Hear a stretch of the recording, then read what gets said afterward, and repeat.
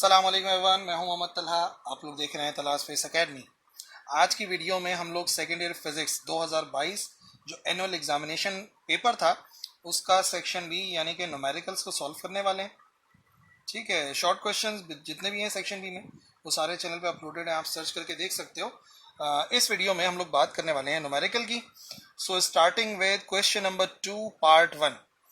एक Karnaugh engine है जो कि वर्क कर रहा है बिटवीन 800 डिग्री सेल्सियस और 400 डिग्री सेल्सियस। ठीक है, और मतलब एक कोल्ड बॉडी का टेम्परेचर, एक हॉट बॉडी का। यकीनन ये सिंक का टेम्परेचर है क्योंकि ये टेम्परेचर कम है और ये टेम्परेचर जो है वो हीट रेजर्वायर का है। अच्छा, अब आगे कंडीशन बताई जा रही है। अगर हम सोर्स के टेम्परेचर को इंक्रीज कर दें 50 डिग्री सेंटीग्रेड, जिसे हम 50 केल्विन भी कह सकते हैं। देखो, change in Celsius is equal to change in kelvin. अगर 50 डिग्री सेल्सियस का चेंज होता है किसी भी एक्सपेरिमेंट के अंदर तो केल्विन में भी वो 50 का ही चेंज होता है। तो इस वजह से हम इसको डायरेक्टली केल्विन लिख सकते हैं।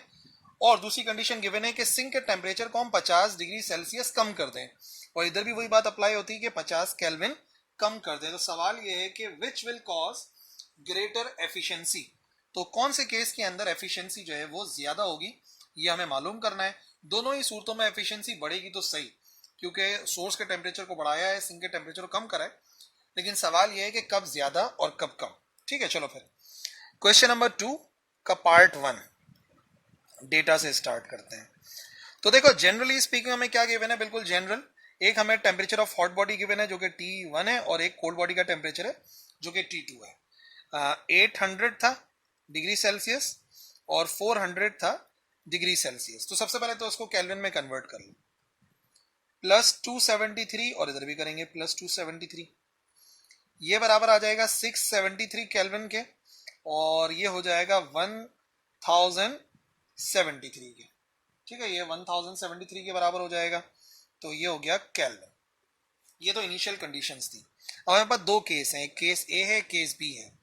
केस ए में कह रहे हैं कि जो हॉट बॉडी का टेम्परेचर है उसमें 50 केल्विन ऐड कर दिया, यानी कि 1073 में हमने ऐड कर दिया 50 केल्विन। तो 1073 में जब हम 50 जमा करेंगे तो वो हो जाएगा बराबर 1123 केल्विन के। ठीक है, और केस 1 में टेम्परेचर ऑफ हॉट बॉडी बदला है लेकिन कोल्ड बॉडी का टेम्परेचर उतना ही है, यानी कि 673 केल्विन ही है। तो हमें एफिशिएंसी देखनी है, E1 का नाम कर देते हैं। जो बी केस है, दूसरा केस है, उसके अंदर कह रहे हैं कि हॉट बॉडी का टेम्परेचर को सेम रखा है, यानी कि 1073 ही रखा है, लेकिन जो कोल्ड बॉडी का टेम्परेचर है उसमें 50 कम कर दिया। कोल्ड बॉडी का असल टेम्परेचर था 673, इसमें से माइनस कर दो 50, तो ये हो जाएगा बराबर 623 केल्विन के। तो इसकी भी एफिशिएंसी निकालेंगे, दोनों एफिशिएंसीज फाइंड करते हैं। जिसका आंसर ज्यादा आएगा वही हमारा आंसर होगा। इंग्लिश में आंसर लिख देंगे कि भाई इसकी वजह से एफिशिएंसी ज्यादा बढ़ेगी। फॉर्मूला सेम है, पहले आ जाओ पहले वाले केस में, केस ए में एफिशिएंसी बराबर होती है 1 minus T2 divide by T1 और मल्टीप्लाई कराते हैं 100 से। तो इसको E1 का नाम देना है 1 माइनस केस 1 की वैल्यूज देखो, T2 बराबर है 673 डिवाइड बाय 1123, सिंप्लीफाई करके मल्टीप्लाई बाय 100 करेंगे। तो 1 माइनस 673 डिवाइड बाय ये हो जाएगा 0.599। आगे वैल्यूज और भी हैं। अप्रोक्सीमेटली ये बराबर है किसके, अप्रोक्सीमेटली 0.6 के बराबर है। बहरहाल इसको सिंप्लीफाई करेंगे तो हमारे पास आंसर आ जाएगा 0.4, ऑलमोस्ट राउंड ऑफ करके मल्टीप्लाई बाय 100, तो आंसर आ जाएगा 40%। इस केस के अंदर एफिशिएंसी 40% हो जाएगी अगर हॉट बॉडी के टेम्परेचर को हम 50 डिग्री बढ़ा देते हैं तो। केस बी देखते हैं। केस बी का फॉर्मूला तो सेम चलेगा, E बराबर है 1 minus T2 divide by T1, multiply कराना है 100 से। लेकिन सेकंड केस की वैल्यूज क्या क्या थी, 1 माइनस T2 हमें रखना है कम वाला 623 वाला, और हॉट बॉडी का टेम्परेचर वही है 1073, और देन मल्टीप्लाई बाय कराएंगे 100। ठीक है, सिंप्लीफाई कर लेते हैं, ये हो जाएगा 1 माइनस 623 डिवाइड बाय 1073, ये हो जाएगा 0.58 मल्टीप्लाई बाय 100। 1 माइनस 0.58 बराबर होता है 0.42 के, और मल्टीप्लाई 100 से कराना है। ये आंसर आ गया 42%। दूसरी वाली एफिशिएंसी का। तो पहले वाली एफिशिएंसी जो हमने देखी उसमें 40 आंसर आया था, ऐसे 42 आया, यानी कि सेकंड केस में ज्यादा बेहतर रहेगा, यानी कोल्ड बॉडी के टेम्परेचर को डिक्रीज करना बेहतर रहेगा। ठीक है, तो हम किस रिजल्ट पर जाएंगे? सवाल ये था कि विच विल कॉज, तो याद रखिए by decreasing the temperature of sink by 50 degree Celsius या 50 kelvin will cause the greater efficiency। जो सवाल के अंदर वर्डिंग है उसी को इस्तेमाल कर दिए।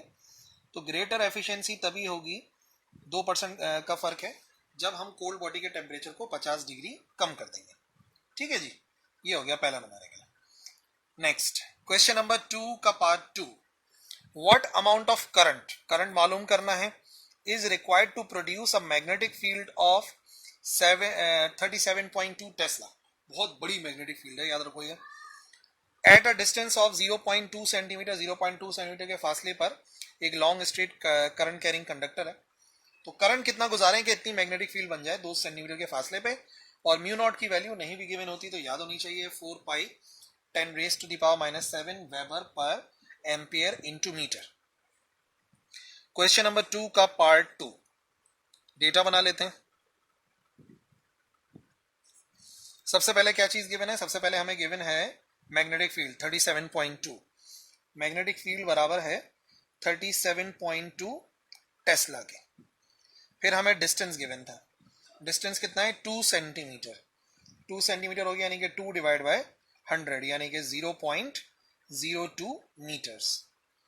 ठीक है, और फिर म्यू नॉट की वैल्यू गिवन है और हमें करंट मालूम करना है, करंट कितना प्रोड्यूस होगा, और म्यू नॉट की वैल्यू पता होनी चाहिए, याद होनी चाहिए 4 pi 10 raise to the power -7 tesla metre per ampere. ठीक है, म्यू नॉट का यूनिट।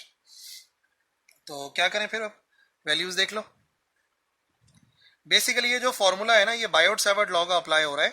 एक स्ट्रेट करंट कैरिंग कंडक्टर की वजह से जो मैग्नेटिक फील्ड प्रोड्यूस होती है, तो बायोट सावर्ट लॉ से मालूम होती है। According to Biot Savart law, Biot Savart law के मुताबिक एक फॉर्मूला है, मैग्नेटिक फील्ड बराबर होती है mu not over 4 pi twice of current divide by R, जो बायोट सावर्ट लॉ है। इसको सिंप्लीफाई करते हैं तो बन जाता है B is equal to mu naught I divided by 2 pi R, cancel करके ना, यहाँ पे कैंसिलेशन हो जाएगी, 2 1s are 2 और 2 2s are 4।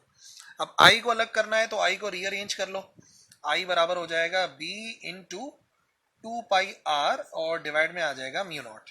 Just values put करनी है हमें, और क्या करना है। तो करंट बराबर हो जाएगा B की वैल्यू यानी कि 37.2 इंटू 2 इंटू पाई, पाई पुट नहीं करते, कैंसिल कर देंगे, पुट भी कर दोगे तो क्या फर्क पड़ेगा, ये हो जाएगा 0.02 डिवाइड बाय म्यू नॉट की value 4 pi 10 raise to the power -7। तो सिंप्लीफाई कर लो, पाई से पाई कैंसिल भी हो सकता है, कैलकुलेटर से वैल्यू निकाल लो, तो डायरेक्टली आपका आंसर आ जाएगा 372 1 2 3 4।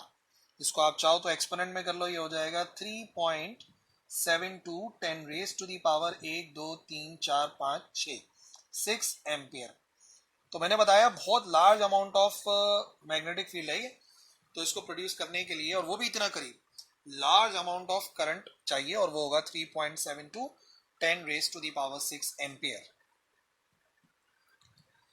Question number 3, in photo electric experiment stopping potential 1.25 volt का है, चाहिए हमें, तो मैक्सिमम काइनेटिक एनर्जी कितनी होगी और मैक्सिमम स्पीड कितनी होगी फोटो इलेक्ट्रॉन्स की। स्टॉपिंग पोटेंशियल गिवन है, मैक्सिमम काइनेटिक एनर्जी मालूम करनी है और मैक्सिमम स्पीड मालूम करनी है। एक मरतबा काइनेटिक एनर्जी आ गई तो स्पीड निकालना तो मुश्किल नहीं है। चार्ज ऑन 1 इलेक्ट्रॉन और मास ऑफ इलेक्ट्रॉन गिवन है। तो क्वेश्चन पढ़ लिया, डेटा बनाते हैं। क्वेश्चन नंबर 2 का पार्ट 3।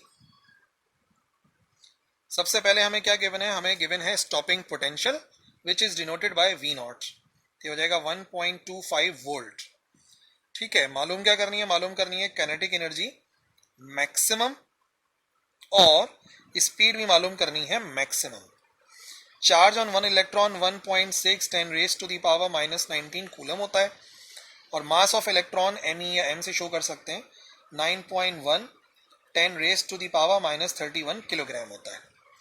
तो देखो सिंपल सा फॉर्मूला इस्तेमाल करना है, यही लॉजिक एमसीक्यूज में भी इस्तेमाल हुई थी कि जो काइनेटिक एनर्जी है बेसिकली वर्क डन जो होता है ना, वर्क डन बराबर होता है काइनेटिक एनर्जी जो फोटो इलेक्ट्रॉन्स की है, तो वो होता है 1/2 mv²। अच्छा वर्क डन वैसे बराबर होता है Q इंटू वी के, वर्क डन बराबर होता है Q इंटू वी के, बट इलेक्ट्रॉन की बात हो रही है तो वर्क डन बराबर हो जाएगा E इंटू वी के। तो यहाँ पर E इंटू वी आना चाहिए, लेकिन स्टॉपिंग पोटेंशियल को V0 से शो करते हैं, ये हो जाएगा 1/2 mv²। काइनेटिक एनर्जी चाहिए थी हमें, तो दिस इज काइनेटिक एनर्जी, जितना वर्क डन होता है उतना ही तो काइनेटिक एनर्जी प्रोड्यूस होती है, तो इस वजह से यही वाला फॉर्मूला इस्तेमाल कर रहे हैं।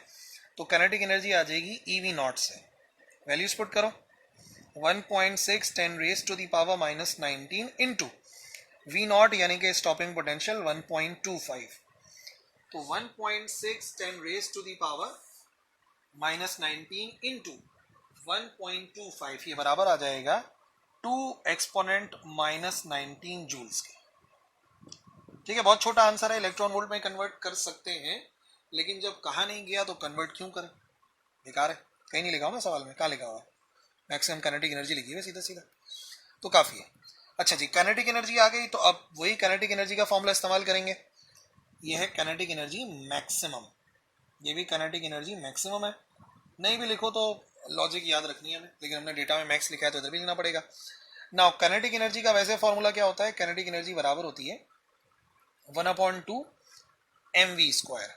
अब अगर काइनेटिक एनर्जी मैक्स वाली है तो वेलोसिटी भी मैक्स वाली होगी, वेलोसिटी को रीअरेंज करो, v मैक्स का स्क्वायर बराबर आएगा 2 काइनेटिक एनर्जी मैक्सिमम वाली डिवाइडेड बाय m, m जाके डिवाइड हो गया, 2 जाके मल्टीप्लाई हो गया, तो फॉर्मूला क्या बनेगा, फिर अगले पेज पे इसको सॉल्व कर लेंगे। मैक्सिमम स्पीड का फॉर्मूला बनेगा √2 काइनेटिक एनर्जी, वो भी मैक्सिमम वाली, और डिवाइड बाय m। तो वैल्यूज पुट करनी है, काइनेटिक एनर्जी ऑलरेडी ड्राइव कर चुके हैं, m क्वेश्चन में गिवन था, तो मैक्सिमम स्पीड जो हम मालूम करना चाह रहे हैं वो बराबर आ जाएगी √2 of kinetic energy. Kinetic energy कितनी आई थी, 2 एक्सपोनेंट -19, 2 एक्सपोनेंट -19, और mass of electron 9.1 10 raise to the power -31 होता है। ठीक है, तो ये वैल्यूज क्या बनेगी, इसको सिंप्लीफाई करने के बाद √4.39 10 रेज टू द पावर 11, और फाइनली जब इसका स्क्वायर रूट लोगे तो आंसर आ जाएगा 6.62 10 raise to the power 5 metre पर सेकेंड। अगर आंसर पावर में नहीं आ रहा तो इट्स ओके, जो आ रहा है उसको पूरा लिख दो, मैथमेटिकल नोटेशन भी सही है और ये वाली नोटेशन भी सही है। क्वेश्चन नंबर 2 का पार्ट 4 तो विल्सन क्लाउड चैम्बर है, शॉर्ट क्वेश्चन है, 5 भी शॉर्ट क्वेश्चन है, 6 भी, 7 आ जाए। क्वेश्चन नंबर 2 का पार्ट 7, क्वेश्चन नंबर, ये चैप्टर नंबर 12 से रिलेटेड है, इसी का डेटा पढ़ते हैं।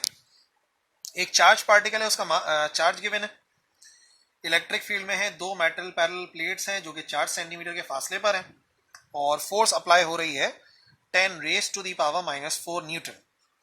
सवाल क्या है, what is the intensity of electric field, electric field intensity मालूम करनी है। What is the potential difference between the plates, तो ये जो प्लेट्स हैं इनके दरमियान का पोटेंशियल डिफरेंस कितना होगा, ये भी हमें मालूम करना है। तो डेटा बनाते हैं क्वेश्चन नंबर 2 का पार्ट 7। क्वेश्चन नंबर 2 का पार्ट 7 क्या गिवन है, सबसे पहले हमें गिवन है पार्टिकल का चार्ज 2 एक्सपोनेंट -9, चार्ज है 2 एक्सपोनेंट -9 कूलम, फिर है 2 पैरेलल प्लेट्स के दरमियान का डिस्टेंस r से शो कर सकते हैं, d से शो कर सकते हैं, 4 सेंटीमीटर है, डिवाइडेड बाय 100 0.04 मीटर्स। फोर्स है 10 raise to the power -4, 1 exponent -4 newton, एक ही बात है, 1 लिखो ना लिखो एक ही बात है। इंटेंसिटी चाहिए और पोटेंशियल डिफरेंस चाहिए, इंटेंसिटी चाहिए और पोटेंशियल डिफरेंस चाहिए।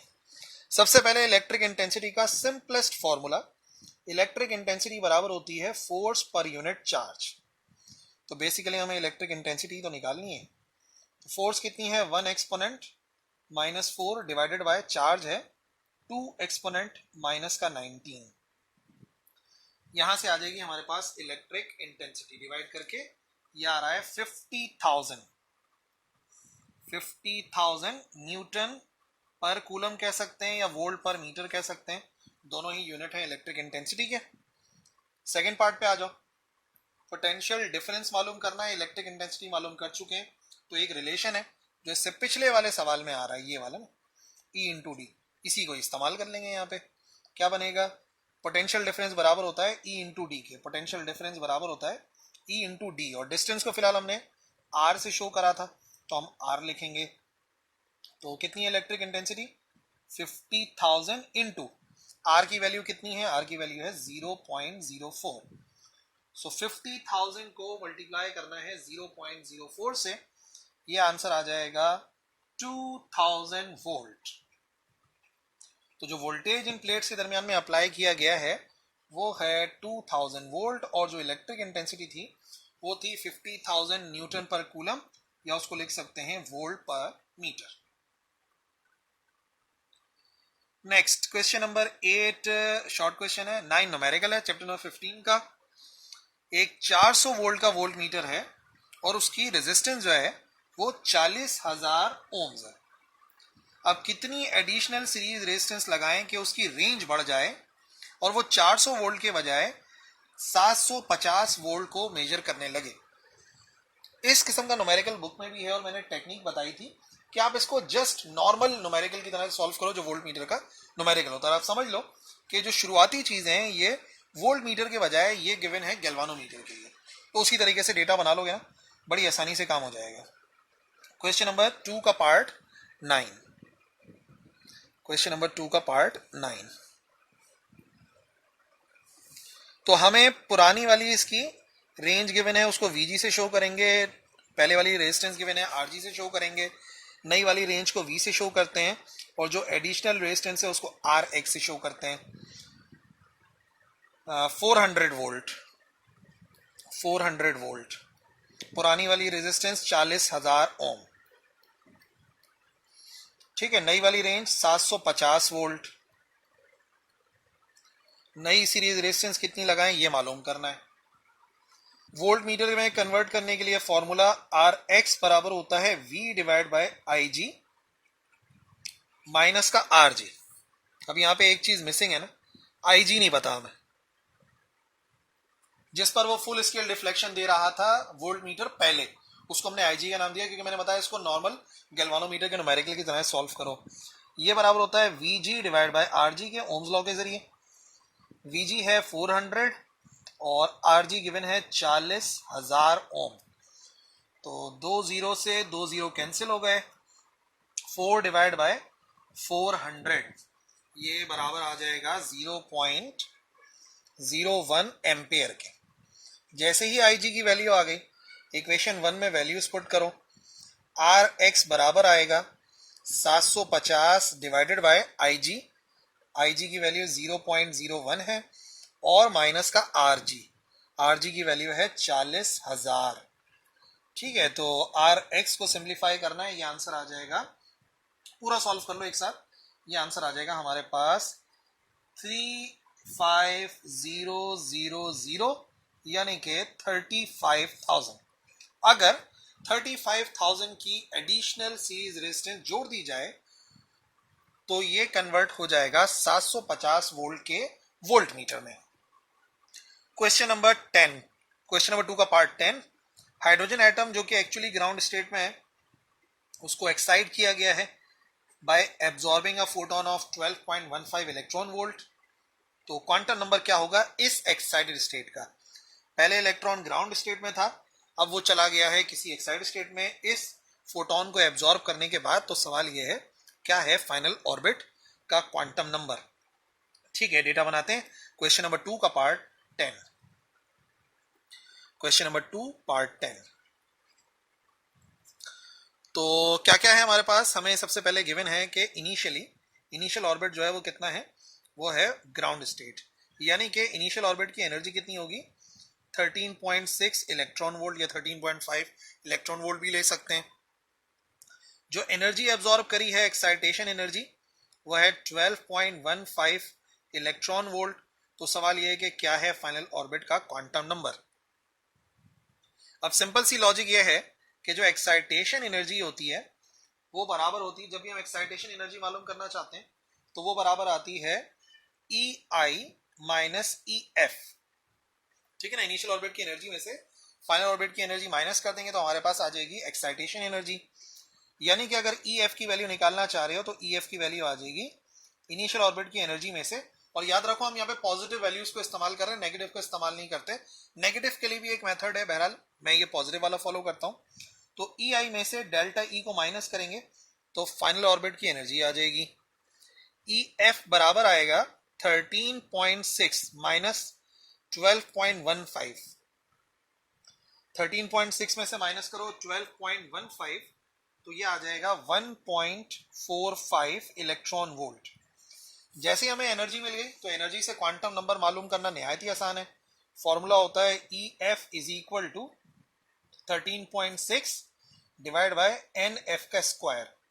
तो एन एफ का स्क्वायर बराबर आ जाएगा 13.6 डिवाइडेड बाय ई एफ, यानी कि 13.6 डिवाइडेड बाय 1.45। 13.6 डिवाइड बाय 1.45 ये हो जाएगा 9.3 एन एफ का स्क्वायर। और हमें तो एन एफ की वैल्यू चाहिए होती है तो स्क्वायर रूट लेंगे तो एन एफ बराबर आ जाएगा अंडर रूट 9.3 और अप्रोक्सीमेटली इसका आंसर बराबर आ जाएगा 3 के, क्योंकि पॉइंट वाली वैल्यूज तो लेते नहीं है। क्वांटम नंबर्स तो याद रखो, या तो थर्ड ऑर्बिट होगा या तो फोर्थ होगा, 3.1 तो हो नहीं सकता। दैट्स व्हाई हम इसको राउंड ऑफ करके 3 के बराबर लेते हैं। ठीक है भाई, ये हो गया क्वेश्चन नंबर 2 का पार्ट 10। अब आ जाओ क्वेश्चन नंबर 2 के पार्ट 11 पर। बुक का है ये दोनों, 11 और 12 दोनों बुक के हैं, और वैसे ये 10 भी बुक का ही था। चैप्टर नंबर 19 का न्यूमेरिकल है। अगर नंबर ऑफ एटम्स हैं पर ग्राम रेडियम के वो हैं 2.66 10 रेज टू द पावर 21 और उनकी हाफ लाइफ है 1622 ईयर्स, 1622 साल, तो डी के कांस्टेंट क्या होगा और activity of the sample. Data बनाते हैं। क्वेश्चन नंबर 2 का पार्ट 11। सबसे पहले नंबर ऑफ एटम्स पर gram of radium 2.666 10 raise to the power 21। ठीक है ना, एटम्स है ये। हाफ लाइफ गिवन है 1622 साल, सेकंड्स में कन्वर्ट करेंगे ये हो जाएगा बराबर 1622 मल्टीप्लाई बाय, सबसे पहले एयर से जाना पड़ेगा डेज में। हर साल में होते हैं 365.25 डेज ऑलमोस्ट, और हर दिन में होते हैं 86,400 सेकेंड।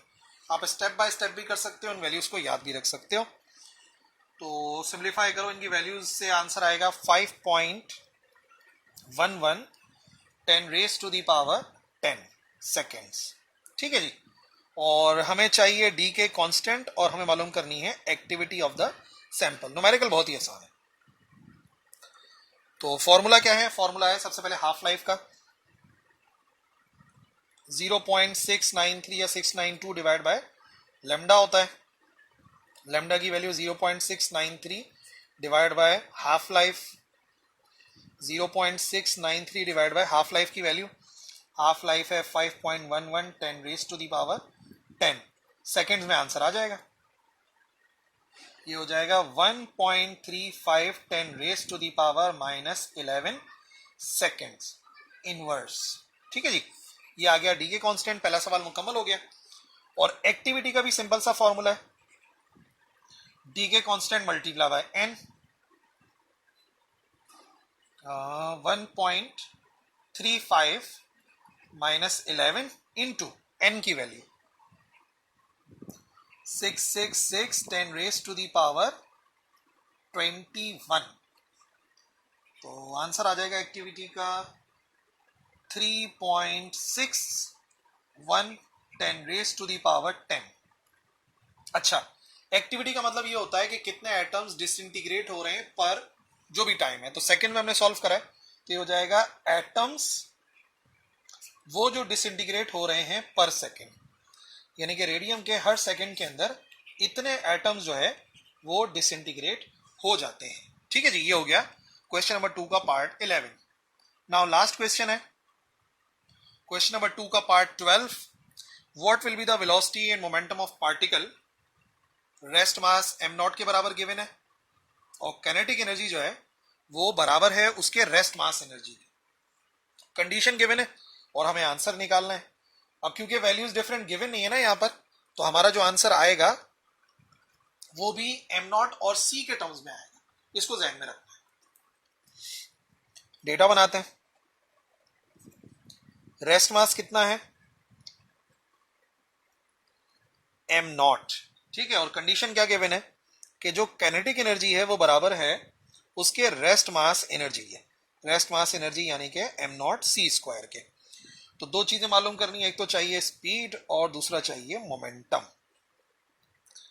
ठीक है जी। फॉर्मूला अगर अप्लाई करते हैं या कंडीशन अप्लाई करते हैं तो according to the given condition, हमें कंडीशन गिवन है कि काइनेटिक एनर्जी बराबर है उसके रेस्ट मास एनर्जी के। इसको ध्यान में रखना है।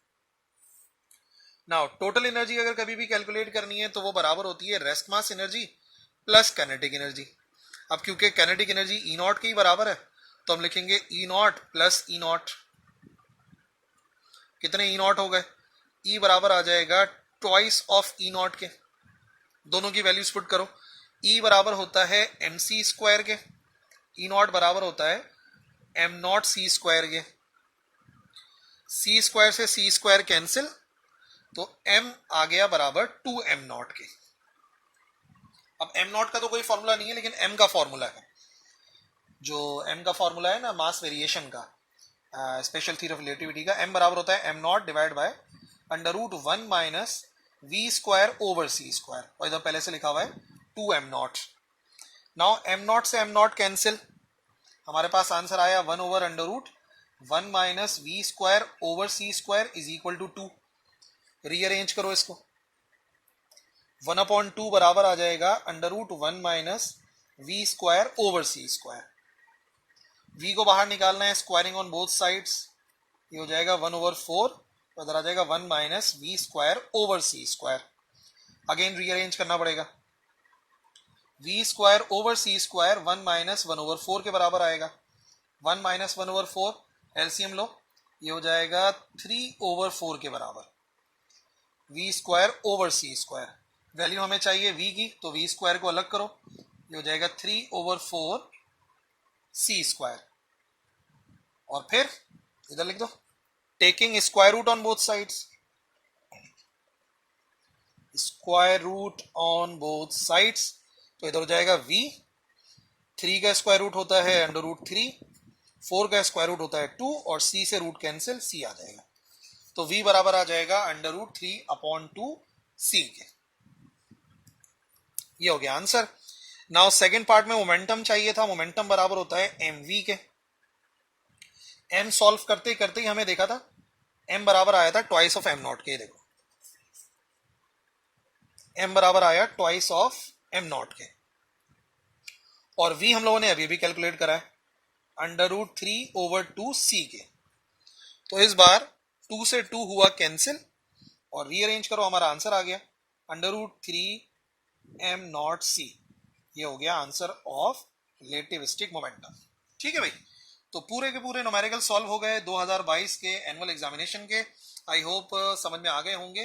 प्रैक्टिस कीजिए, देखते रहिए तलाश फेस एकेडमी। अल्लाह हाफिज।